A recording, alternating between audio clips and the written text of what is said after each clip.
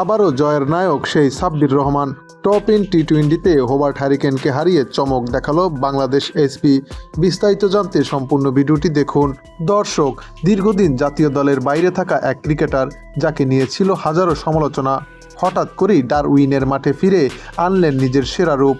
শেষ ওভার পর্যন্ত টানটান উত্তেজনাকর এক ম্যাচে বাংলাদেশ এসপি দলকে জেতালেন কে জানেন? আজকের ভিডিওতে থাকছে পুরো বিশ্লেষণ।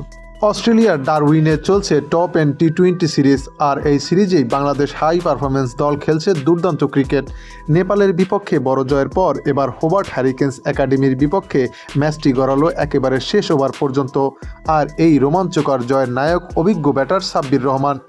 একটা সময় সাব্বির রহমান জাতীয় দলের নির্ভরযোগ্য মিডল অর্ডার ব্যাটসম্যান ছিলেন, কিন্তু ফর্মহীনতা আর নানা বিতর্কের কারণে দীর্ঘদিন ধরে তিনি জাতীয় দলের বাইরে। সাম্প্রতিক সময়ে মালয়েশিয়ার বিপক্ষে টি-20 সিরিজও তেমন সুবিধা করতে পারেননি।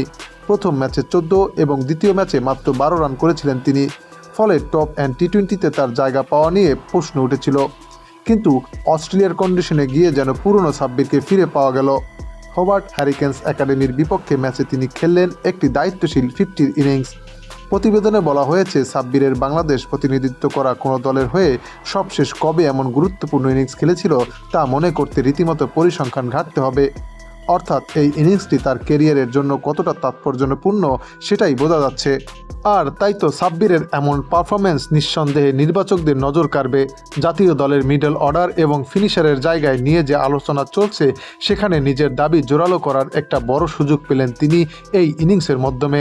তো এই ছিল আজকের আলোচনা সাব্বিরের 50 আর বাংলাদেশ এসপির শেষ ওভারের রোমাঞ্চকর জয় নিয়ে।